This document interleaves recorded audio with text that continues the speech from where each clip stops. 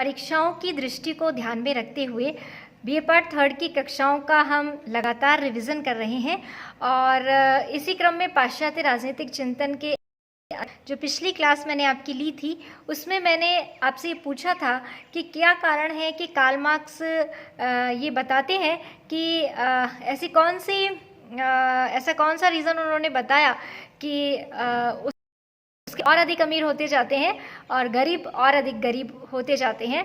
तो इसका उत्तर मैं आज आपको देती हूँ। कार्ल मार्क्स ने इस संदर्भ में एक थ्योरी दी जिसे हम अतिरिक्त मूल्य का सिद्धांत कहते हैं और इस अतिरिक्त मूल्य के सिद्धांत उन्होंने बताया कि ये जो अतिरिक्त मूल्य है इसे पूंजीपति हड़प लेते हैं, इसलिए वो और अधिक अमीर हो जाते हैं और चूंकि इसको इस अतिरिक्त मूल्य को पैदा करने का मुख्य जो भूमिका निभाई वो श्रमिक ने निभाई, लेकिन उसको वो मूल्य नहीं मिलता है और चूंकि पूंजीपति हड़प लेते हैं तो जो श्रमिक हैं वो और गरीब होते जाते हैं और पूंजीपति और अधिक अमीर होते जाते हैं। अब ये अतिरिक्त मूल्य क्या होता है इस पर मैं आज अपनी बात आपके सामने रखूंगी। अतिरिक्त मूल्य वो मूल्य होता है जिससे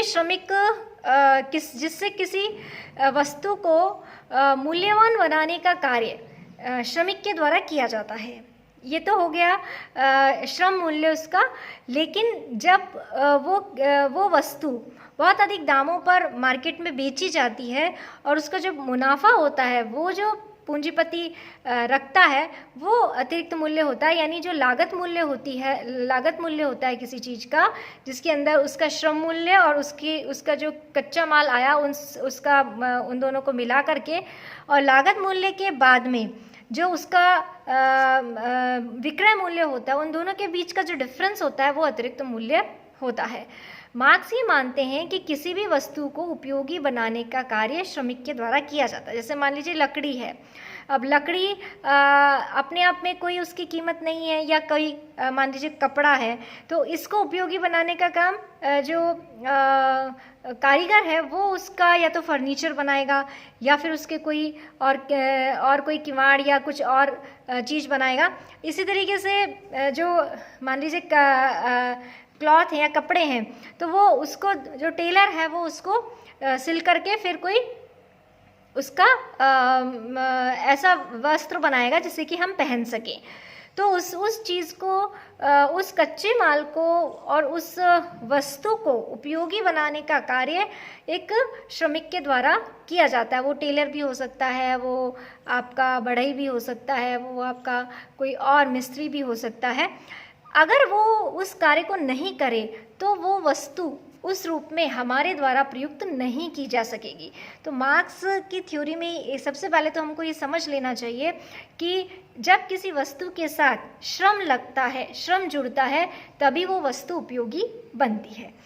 अब कोई पूंजीपति, क्योंकि पूंजीपति इसमें क्या भूमिका निभाता है, वो कच्चा माल खरीदता है और कच्चा माल श्रमिक को देता है कि इसको तैयार किया जाए। जैसे बहुत सारा कपड़ा खरीदा किसी पूंजीपति ने और वो श्रमिक को दिया कि आप इसकी शर्ट बनाइए या आप इसकी पैंट बनाइए, तो वो उसको दे करके उसको देगा और उसका जो पर पीस का जो भी उसका रेट है वो उसका भुगतान करेगा। लेकिन यहाँ मार्क्स ये कहते हैं कि उस शर्ट के कपड़े का मूल्य और उसके ऊपर जो उस श्रमिक को या उस टेलर को बनाने के लिए जो उसकी कीमत दी प्लस यदि कर लिया जाए तो वो उस वस्तु का लागत मूल्य आ जाता है।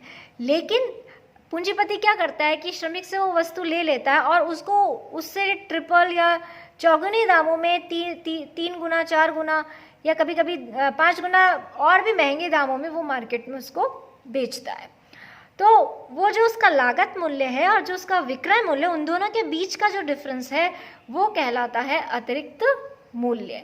यानी जो उसका जितना पैसा उसको बनाने में लगा और प्लस उसमें श्रमिक का श्रम का जो पैसा लगा उसको मिलाने के बाद में पूंजीपति उसको कई गुना दामों में जब मार्केट में बेचता है और उन दोनों के जो डिफरेंस आता है वो अतिरिक्त मूल्य होता है।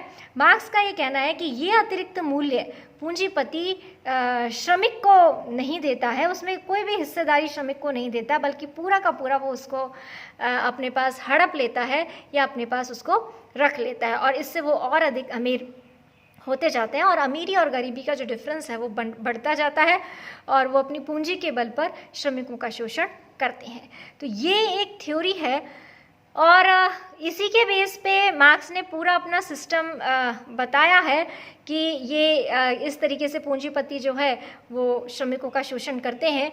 अब इस पूरी थ्योरी के अंदर यहाँ पे हमको कुछ बातें देखनी है कि वास्तव में एक कारण तो ये मतलब एक देखा जाए सामान्य तौर पर तो ये एक वस्तुस्थिति आती है सामने कि बहुत अधिक जो मार्जिन है वो रहता है उसकी लागत मूल्य और उसके विनिमय मूल्य के अंदर और वो सारी की सारी चीज़ें जो है पूंजीपतियों के पक्ष में जाती हैं।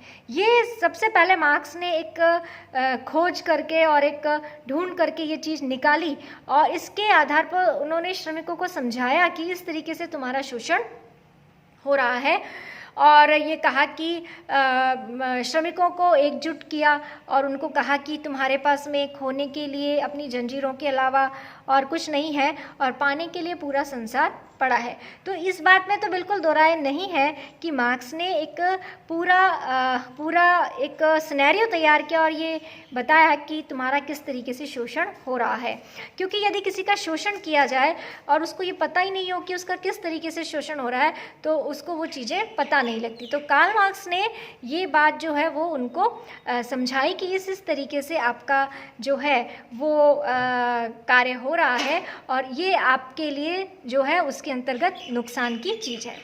ये बस श्रमिकों को समझ में आई और वो एकजुट भी हुए। अब यहाँ पे जो मार्क्स ने ये थ्योरी दी है इसके पक्ष में और विपक्ष में दोनों में मत आते हैं। इसका जो विरोध करने वाला तर्क है या विरोध करने वाले जो चिंतक हैं उनका ये कहना है कि पूंजीपति एक और अपनी पूंजी के साथ साथ एक बहुत बड़ा जोखिम भी लेता है और वो रिस्क लेता है, इसलिए उसको मुनाफा ज़्यादा मिलना चाहिए क्योंकि उसने रिस्क लिया है और जो रिस्क लेगा वही उसको बेनिफिट ज़्यादा मिलेगा। तो चूंकि उसने रिस्क लिया उसका माल ख़राब भी हो सकता है या फिर उसकी टूट फूट भी हो सकती है या वो बिके ही ना, क्योंकि मार्केट में इतना पैसा ही नहीं हो कि उसका माल बिके। तो वो एक रिस्क लेता है, एक जोखिम लेता है और इसलिए उसको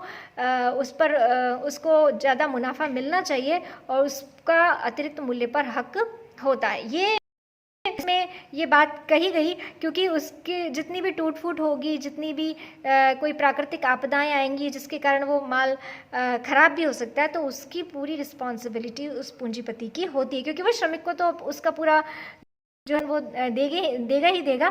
तो ये इस आधार पर मार्क्स के अतिरिक्त मूल्य के सिद्धांत की आलोचना की जाती है और साथ में ये भी कहा जाता है कि श्रम के साथ साथ जो पूंजी है, पूंजी भी अपना इम्पोर्टेंस रखती है। पूंजी की इम्पोर्टेंस को मार्क्स ने नहीं माना है, तो ये भी एक आलोचना की जाती है मार्क्स के अतिरिक्त मूल्य के सिद्धांत की।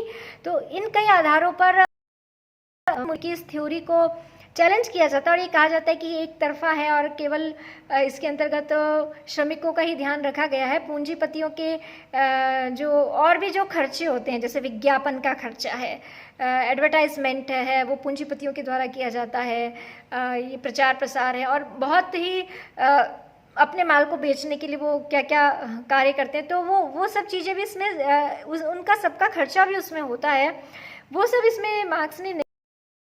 और इस कारण से ये सिद्धांत जो है इसकी कहा जाता है कि अधूरा है और एक तरफा सिद्धांत है जो कि केवल श्रमिकों के संदर्भ में ही इसमें सोचा गया है।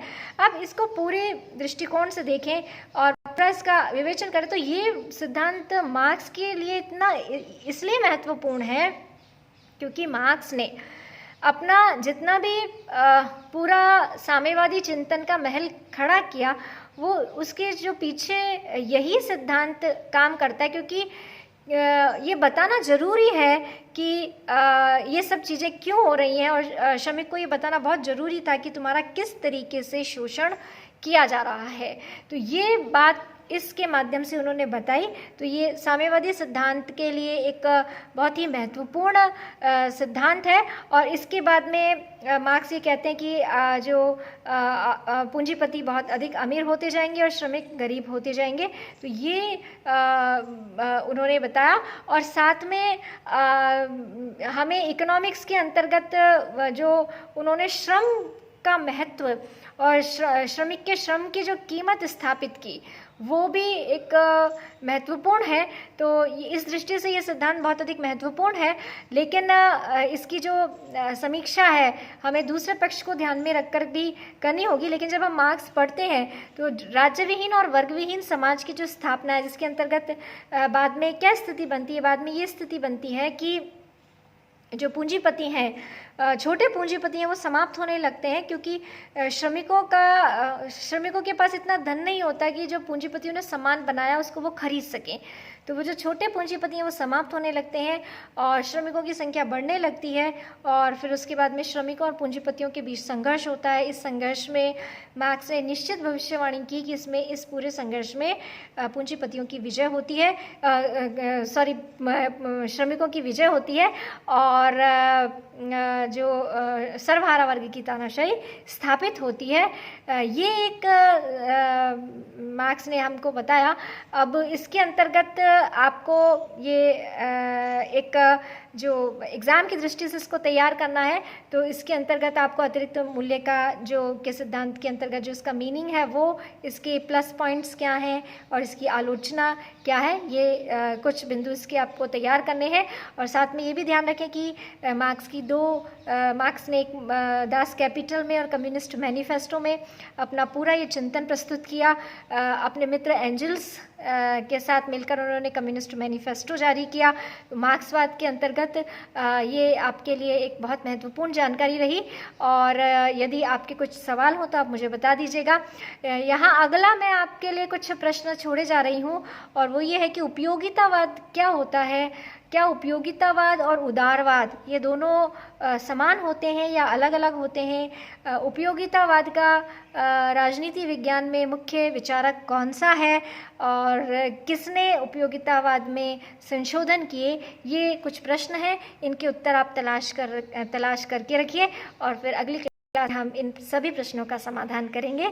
तब तक के लिए आप अपना जो अध्ययन है उसको जारी रखिए।